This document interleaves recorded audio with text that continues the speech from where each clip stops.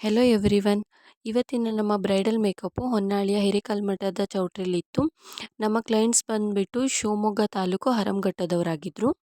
ಇವರು ನಮ್ಮನ್ನು ಇನ್ಸ್ಟಾಗ್ರಾಮಲ್ಲಿ ನೋಡಿ 1 ಮಂತ್ ಮುಂಚೆನೇ ಬ್ರೈಡಲ್ 3 ಸೆಷನ್ ಆಫ್ ಮೇಕಪ್ನ ಬುಕ್ ಮಾಡ್ಕೊಂಡಿದ್ರು. ನಾವು ಇನ್ ಟೈಮ್ಗೆ ಚೌಟ್ರಿನ ರೀಚ್ ಆದ್ವಿ. ಬ್ರೈಡ್ ಕೂಡ ನಮಗೆ ಬೇಗನೆ ಸಿಕ್ಕರು. ಮೇಕಪ್ನೆಲ್ಲ ಸ್ಟಾರ್ಟ್ ಮಾಡ್ಕೊಂಡ್ವಿ. ಅವ್ರಿಗೆ ಎಂಗೇಜ್ಮೆಂಟಲ್ಲಿ ಏನೋ ತುಂಬ ಡಾರ್ಕ್ ಆಗಿತ್ತು, ಇರೋ ಕಲರ್ಗಿಂತ ಡಾರ್ಕ್ ಮಾಡಿದರು ಅಂತೇಳಿ ತುಂಬಾ ಭಯ ಪಡ್ತಾಯಿದ್ರು. ಹಾಗಾಗಿ ನಮಗೂ ಹೇಳ್ತಾ ಇದ್ರು ಮುಂಚೆಯಿಂದನೇ ತುಂಬ ಚೆನ್ನಾಗಿ ಮಾಡಿಕೊಡಿ ಮ್ಯಾಮ್ ಅಂತ ಹೇಳಿ. ಮಾರ್ನಿಂಗ್ ಮುಹೂರ್ತಮ್ ಕೂಡ 10 ಗಂಟೆಗೆ ಇರೋದ್ರಿಂದ ಅವರ ರಿಚುವಲ್ಸ್ ಎಲ್ಲ 8 ಗಂಟೆಗೆ ಸ್ಟಾರ್ಟ್ ಆಗಂತೆ ಅಂತ ಹೇಳಿದರು. ಹಾಗಾಗಿ ನಾವು 6 ಗಂಟೆಗೆ ಅವರ ಮುಹೂರ್ತಮ್ ಲುಕ್ನ ಸ್ಟಾರ್ಟ್ ಮಾಡ್ಕೊಂಡ್ವಿ.